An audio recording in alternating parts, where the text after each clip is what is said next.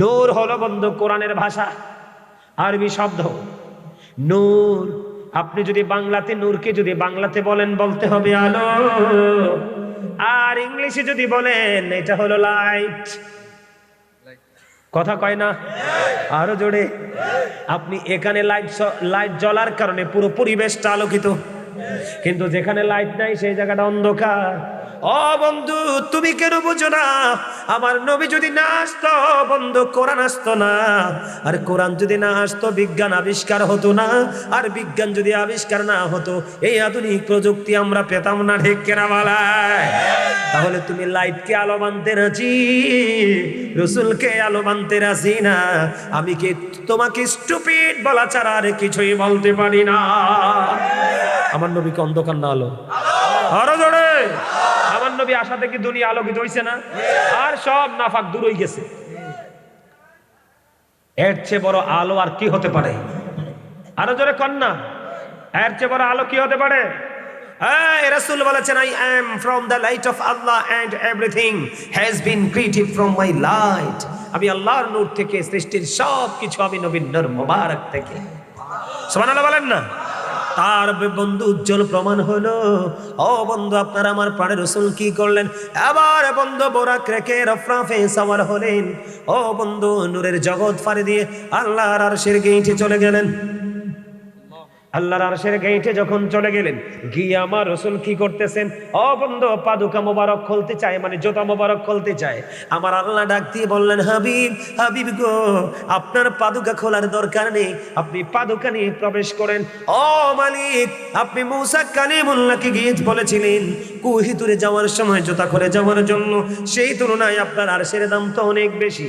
এবার আমার আল্লাহ ডাক দিয়ে বললেন, হাবিব, হাবিব গো, মূসাকে বলেছিলাম এই কারণে, আর আপনাকে বলছি আমি, আজকে আমি আপনার জুতার ধুলি লাগাইয়া আমি আমার আরশের ইজ্জত বাড়াবো। এই কারণে জুতা নিয়ে আসেন। খেয়াল করেন, আমার আপনার প্রাণের রাসূল পাদুকা মোবারক নিয়ে আল্লাহর আরশে কদম দিলেন। খেয়াল করেন, কদমটা যখন দিলেন, যাওয়ার পরে হাদিস শরীফের মধ্যে এসেছে, যাওয়ার পরে রাসূলকে আমার আল্লাহ প্রশ্ন করলেন, হাবিব, হাবিব গো, আসমানে ফেরেশতারা কি নিয়ে ঝগড়া করছে? সুবহানাল্লাহ কন্যা কিনলে কি? এখানে কিন্তু আরেকটা ফেতনা আছে, দেখবেন এখন কিছু কাঠমোল্লা বার হইছে, এটি মাদার গাছের কাঠ দিয়ে বানাইছে। মাদার গাছ কিন্তু কোনো কাজে লাগে না। এই মোল্লাও কিন্তু সমাজে কোনো কাজে লাগে না, সমাজকে বরঞ্চ নষ্ট করতেছে। ঠিক না বলেন? আরো জোরে। দেখেন না, কয়দিন আগে বেগম খালেদা জিয়ার জানাজা হইছে। কি হইছে? আচ্ছা, জানাজাতে কি ফাতিহা পড়ন লাগে? আপনার প্রধানমন্ত্রী বেগম খালেদা জিয়ার ইন্তেকাল করছে। ওনার ইন্তেকালের পরে কয় বাইতুল মোকাররমের খতিবের জানাজা হইছে না, খালেদা জিয়া জানাজা সূরা ফাতিহা পড়ে নাই। এতে হাতে যুক্তি তুলছি কি জানেননি? কয় নামাজ বানিয়ে ফাতিহা। আমি বোকাকে প্রশ্ন করতে চাই, নামাজ বানিয়ে যদি ফাতিহা হয়, এই বোকা, নামাজ বানিয়ে তো রুকু সেজদা, জানাজার নামাজে কি রুকু সেজদা আসেনি? কথা কন। এই গর্দবগুলো এই জন্য রাসূলকে অন্য সৃষ্টির লোকে মিলায়, এই জন্য কয় নবী আমরার মতো। নাউজুবিল্লাহ বলেন। আরো জোরে, আরো যারা কন্যা নাউজুবিল্লাহ। আলে বাপলে, নাউজুবিল্লাহ কন। আর জোরে। পচা কথা, সব পচা কথা। বন্ধুরি আমার, এবার কি করলেন? আমাদের দেশে কিছু মৌলবী বেরিয়েছে, কয় আল্লাহর সাথে রাসূলের সরাসরি দেখা হয় নাই, মাঝখানে পর্দা ছিল। কিটাও আমার দিকে তাকান। আপনারা যে আমারে দাওয়াত দিয়ে আনছেন, আমার লাগে কি পর্দা রাখছেননি? তো আপনি যদি আমারে দাওয়াত দিয়ে পর্দা দিবেন, মাঝখান দিয়ে দাওয়াত দেওয়ার দরকার কি? কথা কন না কেন?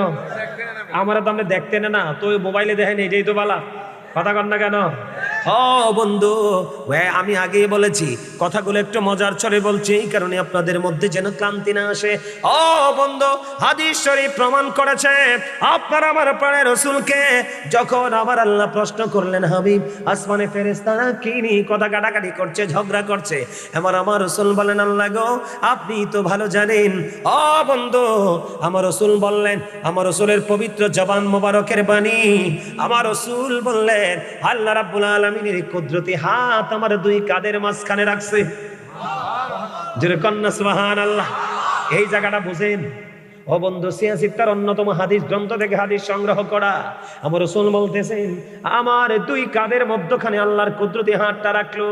আল্লাহর কুদরতি হাত যখন আমার দুই কাঁধের মধ্যখানে রাখলো, অন্তর পর্যন্ত, বুক পর্যন্ত আমার প্রশান্তিতে চলে আসলো।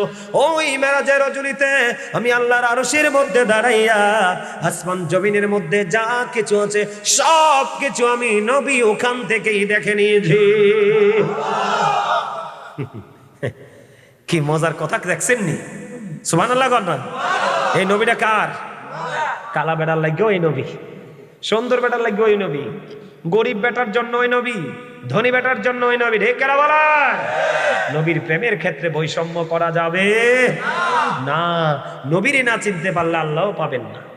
আপনি সারাদিন চিল্লান আল্লাহ আল্লাহ আল্লাহ, লা ইলাহা ইল্লাল্লাহ, লা ইলাহা ইল্লাল্লাহ, মুহাম্মদুর রাসূলুল্লাহ সাল্লাল্লাহু আলাইহি সাল্লাম না বললে লা ইলাহা নিতে আল্লাহ রাজি না। আল্লাহ কইবে কার কিও? হ্যাঁ, রাসূলুল্লাহ কেমন রাসূল জানেননি? নামাজের মতো গুরুত্বপূর্ণ ইবাদত, নামাজের মতো গুরুত্বপূর্ণ আমল কি? নবীরই যদি নামাজে দরুদ না পড়া সালাম দেন, নামাজ আল্লাহর দরবারে কবুল হবে না। হা হা, কেমন নবী পাইছি আমরা! মারহাবা করুন আর জোরে, আর জোরে। বন্ধু, অনেক আলাপ আলোচনা হলো। আমার রাসূল বললেন, আমি আসমানে ফেরেশতারা যে কলম দিয়ে লেখে, ওই কলমের শব্দ পর্যন্ত শুনতে পেয়েছি। সুবহানাল্লাহ বলেন না বন্ধুরে। এবার আমার রাসূলের সাথে আল্লাহর প্রেমের আলাপ আলোচনা হলো। আমার রাসূল বন্ধু জান্নাত তো দেখলেন, জাহান্নামও দেখলেন। জাহান্নামের দিকে নজর দিয়ে আমার রাসূল দেখলেন, জাহান্নামের মধ্যে ধনী ধনী মানুষ বেশি আর মহিলা বেশি। নাউজুবিল্লাহ কন্না বন্ধুরে। আর আমার রাসূল, ও বন্ধু, জান্নাতের দিকে নজর দিয়ে চাইয়া দেখলেন, ওই জান্নাতের মধ্যে গরিব মানুষ আর পুরুষের সংখ্যা বেশি। সবচেয়ে বড় খবর হলো, আপনাদের চান্দি নম্বরপুরের মধ্যে এই মানুষ আছে, মন্থের হাট খোলার মধ্যে আছে না নাই জানি না। ও বন্ধু, রাসূল জাহান্নামের মধ্যে নজর দিলেন, চাইয়া দেখলেন এক একটা মানুষের পেট এক একটা ঘরের মতো বড় বড়। এবার জিব্রাইলকে প্রশ্ন করলেন, ভাই জিব্রাইল, এই যে ঘরের মতো বড় বড় পেট ওলা এরা কারা রে? এবার জিব্রাইল বললেন, ইয়া রাসূলুল্লাহ, ইয়া হাবিবাল্লাহ, নবী গো, এটা হলো দুনিয়ার সুদখোর উম্মত। ফ্যাটটা কিরম বড়? আরো জোরে কন্যা করত, আরো জোরে, আর একবার। কিসের মতো? ঘরের মতো বড় বড়। এবার আমার রাসূল বললেন, জিবরাইল, আমি চাইয়া দেখলাম এদের পেটের মধ্যে শুধু সাপ আর বিচ্ছু। এখন কিন্তু মানুষ জাগা বেচছে, সুদে টিয়া লাগা, জানেন নি? বাফের দিনের 5 ঘন্টা খেত আছে, কয় ঘন্টা? কদূর বেড়া, এই খেত ভালো ফসল না, বেচ চালাই যায় ফেতো বেচা গীতা করবা, এটা সুদে লাগাবো। নাউজুবিল্লাহ কন্যা আর জোরে। সুদের টাকা যদি 1 টাকা হয়, হালাল টাকা যদি 9 টাকা হয়, হালাল 9 টাকা, সুদের 1 টাকা। 1 টাকা হালাল লগে লাগলে বাকি 9 টাকাও নাফাক। এই 10 টাকা দিয়ে আপনি নামাজ পড়বেন, কিয়ামত পর্যন্ত সেজদা দিবেন, কবুল হবে না। রাসূল বলেছেন, লা তুকবালু সালাতুন বিগাইরি তুহুর ওয়ালা সাদাকাতুন মিন কুরুন। পবিত্রতা ছাড়া ইবাদত কবুল হয় না, হালাল টাকা না হইলে দানও কবুল হয় না। মাগু, কি ভয়ঙ্কর কথা! গরিব মানুষটা, বাচ্চাটা অসুস্থ, 5000 টাকা হাওলাত চাইছে, তোমার দিলে কিন্তু ক্ষতি হইতো না, কিন্তু তুমি এইভাবে না দিয়া তুমি তার সুদে টাকা দিছো। সে রিক্সা চালাইয়া খায়, সুদে টাকাটা বাড়তে বাড়তে বাড়তে বাড়তে 5000-এ এটা 50,000 হয়েছে, তুমি কিন্তু তার রিক্সাটা নিয়ে নিছো। নাউজুবিল্লাহ কন্যা আরো জোরে। আরেকটা খবর কইতাম নি, যেহেতু নবীজি মেরাজে যাইয়া দেখেই লাইছে ঘটনাটা, আমিও কইয়ালাম। সম্মানিত উপস্থিতি, শুধু সুদখুরির এই সাজা না, আরেকটা সম্প্রদায়। রাসূল একদিন সাহাবায়ে কেরামদেরকে বললেন, অনেক লম্বা হাদিস কিন্তু, তোমরা কি কেউ কোনো স্বপ্ন দেখেছো? সাহাবীরা বলেন, না গো নবী, আমরা কোন স্বপ্ন দেখিনি। রাসূল বললেন, আমি একটা স্বপ্ন দেখেছি, আমি কি তোমাদেরকে বলবো? সাহাবীরা বললেন, ইয়া রাসূলুল্লাহ, জি। আমার নবীজি অনেকগুলো ঘটনা বলেন, এর মধ্যে একটা ঘটনা নবীজি বললেন, আমাকে দুজন আসলেন, এসে বললেন, ইয়া রাসূলুল্লাহ, চলেন আপনাকে নিয়ে ভ্রমণ করে আসি। আমি ভ্রমণ করতে থাকলাম। ভ্রমণ করতে গিয়ে আমি দেখলাম একটা নদী, রক্তের নদীর মধ্যে একটা মানুষ সাঁতার কাটছে। সাঁতার কেটে কেটে কেটে কেটে কুলে আসতে চায়। কি করতে চায়? কুলে আসতে চায়। কুলে যখন আসতে চায়, আমি চেয়ে দেখলাম লোকটা কোনোভাবেই পারে আসতে পারে না, কুলে আসতে পারে না। কেননা তাকে আসতে চাইলে পাথর মারা হয়। আসতে চাইলে তাকে কি বলা হয়? তার মানে তুমি কোলে আসতে পারবা না, এটা তোমার কর্মফল, এটা তোমার জন্য সাজা রে। তোমাকে এখানেই থাকতে হবে। একটার পর একটা বন্ধ কি করতেছে রে? একটার পর একটা পাথর মারতেছে, হাজার চেষ্টা করেও সে কোলে আসতে পারে না। আমার রাসূল বললেন, ও সঙ্গীরা, এরা কে? এই লোকটা কে? তার অপরাধ কি রে? এবার রাসূলকে জানিয়ে দিল, নবী গো, এটা আপনার নামধারী উম্মত, দুনিয়ায় শুধু সুদ খাইছে। আপনার মনে প্রশ্ন আসতে পারে যে কেন রক্তের নদীতে তাকে দেওয়া হলো? কারণ খাবার খাইলেই কিন্তু রক্ত তৈরি হয়, কথা কন। আর খাবার আনতে পারবেন কি করলে? টাকা কামাই করলে, কথা করেন না কেন? টাকাটা যদি হালাল হয়, খাবারটাও হালাল, রক্তটাও হালাল। আর টাকাটা যদি হারাম হয়, বাজারটাও হারাম, রান্নাটাও হারাম, খাওয়াটাও হারাম, জোরে ব্লাডটাও হারাম। যাবেন কই? মূলে হাত দিতে হবে। নাউজুবিল্লাহ বলেন না। বন্ধুরে আমার, ধীরে ধীরে আল্লাহর সাথে সকল আলোচনা শেষ হয়ে গেল। এবার মূসা নবীর পাশ দিয়ে আমার নবী যাচ্ছেন। এবার মূসা কালিমুল্লাহ বলল, হাবিব, ও আল্লাহর নবী, আপনি যে মেরাজে আসলেন, কারণ মেরাজ মানে হলো নবীর ভ্রমণ, সঙ্গী হলো জিবরাইল, ওনার স্থান হলো বন্ধু সিদরাতুল মুনতাহা, আর ওনার কামনা হলো মালিকের সাথে সশরীরে দিদার। আর জোরে একটা গজল মনে হয়েছে, কইতাম নি? কইলাইতাম? সবাই রাজি নি? জগৎটাকে আল্লাহ পাকে সুন্দর সাজাইছে, সর্বশেষে নূর নবীকে ধরায় পাঠাইছে, সর্বশেষে নূর নবীকে ধরায় পাঠাইছে। নবীকে আল্লাহ আপন নূরে সৃষ্টি করে সবার আগে, পাঠাইয়া সবার পরে সম্মান দেখাইছে, পাঠাইয়া সবার পরে সম্মান দেখাইছে। সর্বশেষে নূর নবীকে ধরায় পাঠাইছে। সবুজ রঙে জমিনটারে সাজায় আছে সুন্দর করে, আকাশেতে মিটি মিটি তারা জ্বলাইছে, আকাশেতে মিটি মিটি তারা জ্বলাইছে। সর্বশেষে নূর নবীকে ধরায় পাঠাইছে। মারহাবা গন্না। ও বন্ধু, জোরে বলেন না মারহাবা। বন্ধুরে আমার, ও বন্ধু, এবার মূসা কালিমুল্লাহ প্রশ্ন করলো, ওগো নবী, আপনি যে ভ্রমণে আসলেন, মেরাজে আসলেন, আল্লাহ রাব্বুল আলামিন আপনার জন্য কি বরাদ্দ দিয়েছে? এবার মূসা কালিমুল্লাহর প্রশ্নের জবাবে আপনার আমার প্রাণের রাসূল বললেন, আপনার আমার প্রাণের নবীজি বললেন, আমার উম্মতের জন্য আমার আল্লাহ মেরাজ বরাদ্দ দিয়েছে। কি বরাদ্দ দিয়েছে? ও বন্ধু, এটা হলো মুমিনের জন্য মেরাজ নামাজ। ও বন্ধু বিগো, 50 ওয়াক্ত নামাজ দিয়েছে। কত ওয়াক্ত? 50 ওয়াক্ত নামাজ দিয়েছে। মূসা কালিমুল্লাহ ডেকে ডেকে বলে, নবী গো, ও নবী, আপনার উম্মতের জন্য যে 50 ওয়াক্ত নামাজ দিল, আপনার উম্মত দুর্বল হয়ে পড়বে, জীবন জীবিকা চালাবে নাকি 50 ওয়াক্ত নামাজ পড়বে? আপনি আল্লাহর কাছে যান, গিয়ে আপনি নামাজ কমাই আনেন। এমনি মূসা নবীর পরামর্শে আমার আল্লাহর কাছে আবার জ্ঞান আলোচনা করলেন। এবার আমার রাসূলকে প্রশ্ন করলেন, আমার আল্লাহ, হাবিব, হাবিব গো, আপনি কি বলতে চান আমাকে বলেন। এবার আমার রাসূল বললেন, আল্লাহ, আমার উম্মতগুলো 50 ওয়াক্ত নামাজ পড়তে পারবে না, তাদের জন্য তুমি 5 ওয়াক্ত বরাদ্দ দাও। কত ওয়াক্ত? কেমন দরদি নবী রে। ও বন্ধু, এমন নবী চাইরা কেমন করে তোমরা থাকো রে। এবার আমার আল্লাহ ডাক দিয়ে বলে, হাবিব, আমি আল্লাহর কথা তো 2 রকম হইতে পারে না রে। আমি কথা দিয়েছি 50 ওয়াক্ত, আপনি বলেছেন 5 ওয়াক্ত, আমি আপনারটাও রাখলাম, আমারটাও রাখলাম। আপনার উম্মত যদি 5 ওয়াক্ত নামাজ সঠিকভাবে পড়তে পারে গো, আমি প্রতিদিনই 50 ওয়াক্তের সওয়াব তারা আমলনামায় দিব। জোরে কন্যা বন্ধু সুবহানাল্লাহ। বন্ধুরে আমার, আপনার আমার প্রাণের রাসূল সব কাজ সম্পূর্ণ করে যখন পৃথিবীর জমিনে ফিরে আসলেন, দুনিয়ার জমিনে যখন ফিরে আসলেন বন্ধু, বন্ধু, কুরাইশরা প্রশ্ন করলো বাইতুল মুকাদ্দাস সম্পর্কে। হাদিস শরীফের মধ্যে এসেছে, আমার রাসূল বললেন আমি কি করব। আমার সামনে যখন তারা প্রশ্নটা করলো রে, আল্লাহ রাব্বুল আলামিন ঠিক তখনই আমার সামনে পুরো বাইতুল মুকাদ্দাস তুলে ধরলে, আমি দেখে দেখে দেখে দেখে সব উত্তর দিয়ে দিয়েছি। সুবহানাল্লাহ বলেন না? আমরা সেই নবী পেয়ে খুশি না বেজার? আরো জোরে। আমার রাসূলকে বিশ্ব নবী বলা হয়। অনেকেই বলে বিশ্ব নবী, নাউজুবিল্লাহ বলেন।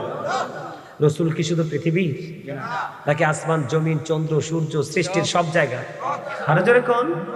সব জায়গার নবী আমার, ঠিক কিনা বলেন? তাহলে বিশ্ব শব্দ ইউজ করা যাবে? আমরা এটা মানবো? কেউ বিশ্ব নবী বলবেন? হুজুরিপুর নূর সাল্লাল্লাহু আলাইহি সাল্লাম, প্রাণের রাসূল, আমার নবী, আল্লাহর প্রিয় হাবিব, কত শব্দ আছে, কিন্তু বিশ্ব বলা মানেই রাসূলের ইজ্জতকে কি করা? ছোট করা, সংকুচিত করা। বিশ্ব মানেই নবীজিকে একটা গণ্ডির মধ্যে নিয়ে আসা। দাদু ভাই বলেন, ঠিক কিনা বলেন? হ্যাঁ, নবীজিকে বিশ্ব নবী বলা? আরে আপনার আমার ক্ষেত্রে বিশ্ব শব্দ ইউজ করা যায়। আবার আবার নবীজিকে বলা হয় জানাবে মুস্তাফা, ওমর খোদা, নাউজুবিল্লাহ কন্যা। আচ্ছা, জনাব আব্দুর রহিম, জনাব খলিলুর রহমান, এটা নরমাল পাপ পূর্ণ ঘেরা এরকম মানুষের দ্বারা জনাব শব্দ। আপনি নবীর ক্ষেত্রে যখন জনাব শব্দ ইউজ করবেন, ওখানেও কিন্তু নবীকে ছোট, ইজ্জতে আঘাত করা হয়। নবীজির ক্ষেত্রে জনাব শব্দ ইউজ করা যাবে না। এই শোনেন, আমি আপনাদেরকে একটা মজার একটা হাদিস শরীফ শোনাই, বুখারী শরীফ থেকে। একজন খ্রিস্টান ইসলাম ধর্ম গ্রহণ করলেন। কি করলেন? একজন খ্রিস্টান যখন ইসলাম ধর্ম গ্রহণ করলো, গ্রহণ করার পরে সূরা বাকারা, সূরা আলে ইমরান সে তেলাওয়াত করলো। খেয়াল করেন, মানে নবীজিকে বিন্দু পরিমাণ কষ্ট দেওয়া বা ইজ্জতে আঘাত করা, যে আল্লাহ কিভাবে রিয়াকশনে যায়, আল্লাহ কিভাবে রিয়াকশনে যায়, এই হাদিস থেকে বুঝতে পারবেন। বুখারী শরীফের হাদিস। আমার দিকে তাকান বন্ধু। ওই খ্রিস্টান সূরা আলে ইমরান, সূরা বাকারা পড়লো। নবীজির কাছে যে ওহী আসতো, সেই ওহী লেখার দায়িত্ব তিনি পেলেন। লিখতে লিখতে লিখতে লিখতে দিন সময় চলে গেল। হঠাৎ করে বন্ধু তিনি আবার তার ধর্মে ফিরে গেল। এবার মানুষের কাছে ঘুরে ঘুরে বলতে লাগলো, নবী মুহাম্মদ, আমি যেইটুকু লিখে দিতাম শুধু সেইটুকুই জানতো, এর বেশি কিছুই জানতো না। নাউজুবিল্লাহ কোন না? আরো জোরে কোন? কি করতো নবী মোহাম্মদ? আমি যেটুকু লিখে দিতাম সেটুকুই জানতো, আর বেশি জানতো না। এখানে নবী কি ইজ্জত করা হয়েছে না নবীর ইজ্জত আঘাত করা হয়েছে? কথা কন না কেন? নবীজির জন্য কি সীমাবদ্ধ কোনো কিছু আছে? এদিক তাকান। আল্লাহ the first failure is the Lord of all, রব্বুল আলামিন। মুহাম্মদুর রাসূলুল্লাহ সাল্লাল্লাহু আলাইহি ওয়াসাল্লাম is the blessing for the world, রাহমাতাল লিল আলামিন। খেয়াল করছেন এই বিষয়টা? আমার খোদার খোদাইত্বের সীমানা যত দূর, আমার নবীও তত দূর জুড়ে রহমত। আমার খোদা যেখানে প্রভু, সেখানে আমার নবীও রহমত। কথা কন না কেন? নবীকে শুধু আমরা নিমিয়া, সমুদ্রের তলে দেশে যে মাছ আছে, কীট পতঙ্গ পোকামাকড় আছে, হের আরো নবী, আমার নবী। বুঝছে লইতে হইব তো আপনার। এই যে আপনার ইহুদি খ্রিস্টানের বাচ্চারা জন্ম হয় না, কথা কয় না কেন? তারা আদম সন্তান হয়ে জন্ম হয় না? কিন্তু তারা বোঝার পরে, তাদের ধর্ম অবলম্বন করার পরে তারা বেঈমান হয়। এর আগে কিন্তু তারা বেঈমান না। বুঝতে হবে তো আপনাদেরকে। বন্ধু কে করলেন? বলতে লাগলেন আমি যেটুকু লিখি দিতাম শুধু নবী সেইটুকুই জানতো, এর বেশি কিছু জানতো না। বন্ধু দেখতে দেখতে আল্লাহ কয়, দাঁড়া দাঁড়া দাঁড়া, তোকে ওষুধ দিচ্ছি আমি। বন্ধু কিছুদিন পরে ধীরে ধীরে এই বেয়াদবটা ইন্তেকাল করলো। আলহামদুলিল্লাহ কন। আলহামদুলিল্লাহ তো আসতে কিনলি জোরে কন না আলহামদুলিল্লাহ। কারণ আমার নবুর দুশ্মন মরছে, আমি তো খুশি হয়েছি। কথা কন না কেন? ঠাডা পয়রা মরলে আরো বেশি খুশি হইতাম। কথা কন না গিল্লাই? কারণ এই বেয়াদব সে জানে না রে, আমার রাসূল আমার আল্লাহর কাছে কত আদরের, কত আপন, কত প্রিয় রে। আমার আল্লাহ যেখানে রাসূলকেও সেখানে রাখছে। কালেমা পড়েন, মুসলমান হয়েছি, ওই কালেমার একদিকে আমার আল্লাহ আর একদিকে রাসূল। নামাজ আমরা পড়ি রে, একদিকে ফরজ আর একদিকে সুন্নাত। আসছে সামনে রমজান মাস। বন্ধু দিনটা আল্লাহর বাগে রোজা রাখা ফরজ, আর রাত পুরোটা নবীর বাগে ঢেকে নাগান। আমার আমার আল্লাহ যেখানে রসুল সেখানে ওই নবীজির ইজ্জতে আঘাত করলে রে, ওই রসুলের কলিজায় তুমি তলোয়ার চালিয়ে দিলে রে। ও বন্ধু, হৃদয় খুলে শোনো, ওই খ্রিস্টান যখন মারা গেল, আপনারা দেখছেন কিনা জানি না, বেশ বহুদিন আগে ব্রিটিশ রানী দ্বিতীয় এলিজাবেথ মারা গেছে, মানে ব্রিটিশ প্রধানমন্ত্রী মারা গেছে, জানেন তো। তাকে অত্যন্ত দামি কাঠের কফিন করে, চন্দন কাঠে করে কফিন করে তাকে দাফন করেছে। খ্রিস্টান মারা গেলে কিন্তু সম্মানের সাথে বন্ধু তাকে কফিন বন্দি করে কবরে রাখা হয়। আমার বন্ধু কি হলো, ওই খ্রিস্টানকে কফিন বন্দি করে কবরে রাখা হলো। কবরে রেখে তারা চলে গেলেন। ও বন্ধু, পরের দিন আসতেন আপন স্বজনের কবরটা দেখতে, একটু পরান্ত ফুড়ে, ঠিক কিনা কন? এবার আসার পরে দেখে রে, ওই খ্রিস্টানের লাশটা কবরের বাইরে পড়ে আছে। আলহামদুলিল্লাহ, ওয়াজ বুঝেন না? খ্রিস্টানের লাশ মাটি বাইরে ফেলে। এবার তার আপন স্বজনরা বলে, এটা দুনিয়ার কারো কাজ নয়, নবী মুহাম্মদের কাজ। অথচ নবী এটার দ্বারে কাছেও নাই। এবার তারা কি করলেন, আজকে কবরটাকে আরো গভীর করে খনন করলেন, আরো গভীর করে কবর খনন করে। ও বন্ধু, তারা কি করলেন, গভীর ভাবে খনন করলেন। খনন করে আজকে আবার তাকে বন্ধু কবরে দাফন করে গেলেন। দিন চলে গেল, রাত চলে গেল, পরের দিন আবার সকাল বেলা এসে দেখে তার লাশটা আবারও মাটির বাইরে পড়ে আছে। আলহামদুলিল্লাহ কন্যা কেন? এবার বন্ধু কি হলো গো, আজকেও তারা বলছে নবী মুহাম্মদ এবং তার সঙ্গীদের কাজে নাউজুবিল্লাহ। ধীরে ধীরে ধীরে ধীরে ধীরে ধীরে বন্ধু আজকে আবার আরো গভীর করে কবরটা খনন, আরো বেশি খোঁজ করছে। খোঁজ করে বন্ধু গভীর ভাবে খনন করে আবার তাকে কবরের মধ্যে রেখে চলে গেল। পরের দিন এসে দেখে রে, আবারও তার লাশটা মাটির বাইরে। এবার তার আপন স্বজন বলল, না না না, এটা নবী এবং নবী মুহাম্মদের কাজ না, এটা প্রকৃতির খেলা রে। তার জীবনে কি এমন অপরাধ করেছে যে অপরাধের কারণে মাটির ভিতরেও তার জায়গা নাই। বন্ধু, তোমার জীবনে তুমি আগে রাসূল চিনো রে, তোমার চরিত্র এমনিতেই সুন্দর হয়ে যাবে। আর যদি রাসূল চিনতে না পারো, তোমার জীবন সুন্দর করার কেউ নেই। কারণ আমার নবীজির জীবন জুড়ে আছে প্রেম, ভালোবাসার, মহব্বত। বন্ধু, এবার আপনারা কি বুঝতে পারলেন বলেন? নবীর সাথে বেয়াদবি করন যাইব না, কোনোভাবেই বেয়াদবি করা যাবে না, বেয়াদবি করা চলবে না, ঠিক কিনা বলেন? আরো জোরে বলেন। আমার কথা বুঝতে পারছেন তো? সোজা? আলহামদুলিল্লাহ বলেন। তো নবীজি যে মেরাজে নামাজ আনলো, আমরা নামাজ পড়বো নি? পড়েননি সবাই? তো আগামী দিন থেকে সবাই নামাজ পড়বেন, 5 ওয়াক্ত নামাজ। 5 ওয়াক্ত নামাজ পড়লে কত ওয়াক্তের সওয়াব? কি মজা দেখছেন নি? আলহামদুলিল্লাহ করুন। তবে নামাজ পড়তে হলে আগে আপনাকে ভালো করে পবিত্র হতে হবে।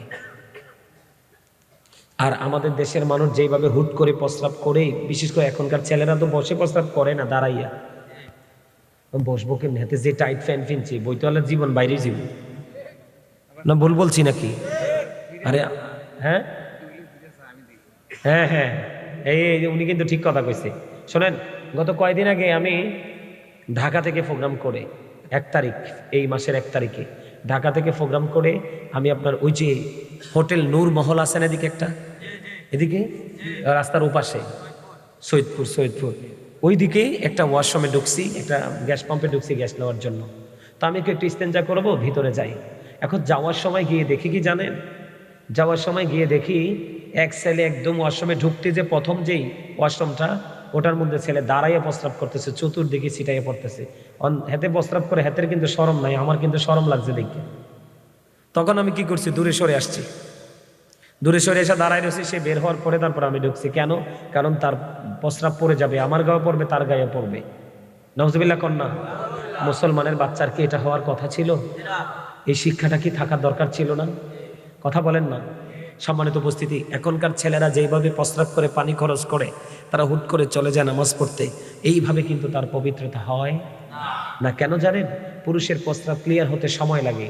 আপনারা অতদিন যেইভাবে তাড়াতাড়ি পানি খরচ করতেন, আজকে তাড়াতাড়ি করবেন না। আগামীকালকে আমি বলবো একটু ট্রাই করবেন, অথবা প্রস্রাব করার সময় ট্রায়াল করবেন। অন্যদিন যত পানি খরচ করতেন, আজকে খরচ করে দেখবেন যে, আজকে খরচ না করে দেখবেন যে এখন আপনার প্রস্রাব ক্লিয়ার হয় নাই। কারণ আপনাকে পবিত্র থাকতে হবে। সাদ বিন মুআজ রাদিয়াল্লাহু তাআলা আনহুর ইন্তেকালের পরে, ওনার কবর দাফন করার পরে রাসূল ওনার কবরের পাশে দাঁড়ায় দোয়া করে। কেন? রাসূল বলতেছেন, সে এমন একজন আল্লাহওয়ালা ছিল, তার ইন্তেকালের পরে তার জানাজায় 70,000 ফেরেশতা অংশগ্রহণ করছে, তারপরেও তার কবরে আযাব হবে। নবী বলতেছে কেন? সে ইবাদত করতো ঠিকই, কিন্তু ইবাদতের আগে ভালো করে প্রস্রাব করে পবিত্র হতো না, এই জন্য তার কবরে আযাব হবে। নবী উপস্থিত সাহাবাই কেরামদেরকে নিয়ে দোয়া করে দিলেন, আল্লাহ দোয়া করে তাকে মাফ করে দিলেন। সুবহানাল্লাহ কোন? তাহলে আপনার আমার জন্য দোয়া করবো কি? অনকার বাচ্চা কাচ্চা যে দুষ্ট, একটাও কবরে ফার যাইতো না, দোয়া তো থাক দূরে যায় না। এই জন্য আপনাকে আপনার আমল করতে হবে, বাচ্চাকে ট্রেনিং দিতে হবে। তাহলে কি বোঝা গেল? প্রস্রাব হুটহাট করা যাবে না, করলেও পানি খরচ করা যাবে না, এটা গেল একটা। আরেকটা হলো লম্বা জামা পরে নামাজ পড়বেন। কি জামা? লম্বা জামা পরে নামাজ পড়া সুন্নাত। ওই যে দেখেন আমার দাদু ভাই পড়ছে, আমার এই ভাই পড়ছে, আমি পড়ছি, কিন্তু আমরা একটা শরীয়তে সীমা ক্রস করে নাই। আমরাটা কিন্তু টাকনুর নিচে, আরে টাকনুর উপরে, নিচে নাই। মারহাবা কোন? কথা কি বুঝতে পারছেন? আর মসজিদে আইসা দৌড়াদৌড়ি করে আসার দরকার নেই, রিল্যাক্স মোডে আসবেন। আইসা আপনি জামাতের জন্য যতক্ষণ অপেক্ষা করবেন ততক্ষণই আপনার আমল নামে নামাজের সওয়াব ঢুকবে। আর হাইটা যে আসতেছেন, গুনাহ জোরে পড়তেছে, আমল নেক ঢুকতেছে। ও বন্ধু, সবচেয়ে বড় মজার খবর, এখন তো শীতের দিন, কয়দিন পরে দেখবো বন্ধু শীতের কারণে শুষ্ক হয়ে গাছের পাতাগুলো ঝরে। আমার রাসূল শীতের দিনে বের হলো, বের হওয়ার পরে দেখেন গাছের পাতা ঝরে ঝরে পড়ছে।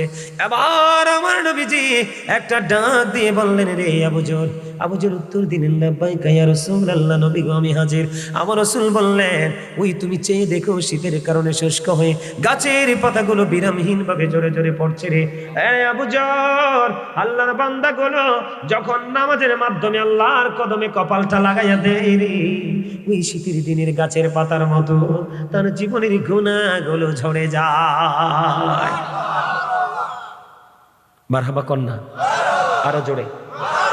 এই মুনাজাত দিব কে? আমি নি না, পেশা বুজুরে। পেশা বুজুরে নিয়ে আসেন, আরো জোরে। ওরে বাবারে, আমি বসছি যে কম টাইম হয়েছে না তো, 2 ঘন্টা হয়ে গেছে তো। দেখছেন নি কাণ্ডটা?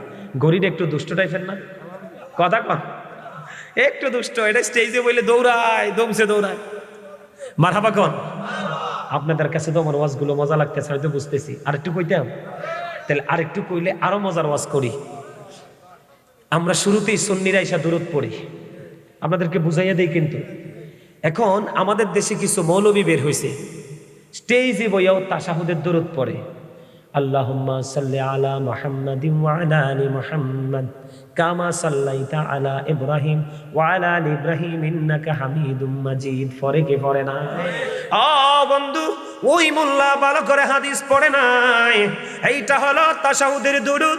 এই দুরূদ নামাজের জন্য খাস, কারণ ওই দুরূদের সাথে নামাজে তাশাহুদ আছে। কথা কয় না কেন? তাশাহুদ কোনটা চিনেননি? দাদু ভাই, আপনি কত কই দেন? এই তো মনে করা দিচ্ছে, আর কইেন না, এটা পারেননি আপনারা? বলো হুজুর, কেন গো কেন গো? এই ওয়াজটা বেশি প্রয়োজন। এই মোল্লাগুলোকে কখনো স্টেজে বসাবেন না, এদের কথার মধ্যে বন্ধু গলদ আছে, এদের ওয়াজের মধ্যে গরমিল আছে রে। ওইটাকে বলা হয় বলতো তাশাহুদের দুরূদ। এটা নামাজের জন্য খাস। আপনি যদি নামাজের বাইরে পড়েন তাহলে আত্তাহিয়াতু সহ পড়তে হবে। ওই মোল্লা যে দুরূদ পড়লো, আত্তাহিয়াতু পড়ছিনি জীবনে কোনোদিন? এরা নাম দিছে, এটার নাম দুরূদ ইব্রাহিম। ও বন্ধু, আমি আপনাদেরকে বলি, ইব্রাহিম নবী দামি না, আমার নবী দামি। আপনি যে দুরূদ পড়লেন, ওই দুরূদ ইব্রাহিম খলিলুল্লাহর নাম আছে 4 বার, আমার রাসূলের নাম আছে 4 বার। যেহেতু সমান সমান, তাহলে তো এটা দুরূদে মুহাম্মদ হওয়ার কথা ছিল। কিও আপনি এটার নাম দুরূদ ইব্রাহিম কেউ দেখাতে পারবে না, এটা তাশাহুদের দুরূদ। এই জন্য বন্ধু, এটা স্টেজে পড়া যাবে না, নামাজের জন্য খাস। আর বলে হুজুর আমি পড়বো, পড়লে আত্তাহিয়াতু সহ পড়বেন। বুঝতে পারছেন নি? আর আমরা আহলুস সুন্নাত ওয়াল জামাতের আমরা যেভাবে দুরূদ পড়ি, আল্লাহুম্মা সাল্লি আলা সাইয়্যিদিনা মুহাম্মদ ওয়া আলা আলি ওয়া সাহাবিহি ওয়া সাল্লিম, পড়ে কি পড়ি না বন্ধু? এই দুরূদগুলো, অসংখ্য দুরূদ আছে বন্ধু, কোরআন হাদিস দ্বারা সাব্যস্ত।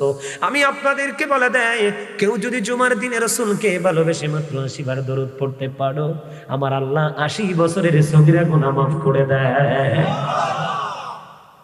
বলে হুজুর শুধু জুমার দিনে কেন পড়বো? আমি জুমার দিনের জন্য বসে থাকবো না গো, আমি প্রতিদিনই রসুলের প্রেমে পড়ে দরুদ পড়বো। দাইলামি শরীফের মধ্যে এসছে হাদিস খানা, হাদিসের রাবি হলেন হযরতে আনাস রাদিয়াল্লাহু তাআলা আনহু। আমার আপনার প্রাণের রসুল তিনি বলে দিয়েছেন, আমার আপনার প্রাণের রসুল তিনি বলে দিয়েছেন, কেউ যদি রসুলকে ভালোবেসে প্রতিদিন 1000 বার যদি দরুদ পড়তে পারে, সে জান্নাত না দেখা পর্যন্ত তার মরণ হবে না। দুরুদের দরকার আছে না নাই? আর জোরে, দুনিয়াতে আপনি যত বেশি দুরুদ পড়বেন রসুল প্রেমে, আল্লাহ রসুলের তত বেশি কাছে আপনি থাকতে পারবেন। সুবহানাল্লাহ বলেন। আরো জোরে, আরো জোরে। এবার জিকির, আমি কিন্তু জিকির নিয়ে কথা বলছিলাম, ঠিক না বলেন? শুরুতে মনে আসেনি? জিকির হলো কি হার্টের ওষুধ, সুস্থ থাকার মেডিসিন, ঠিক না বলেন? আরো জোরে।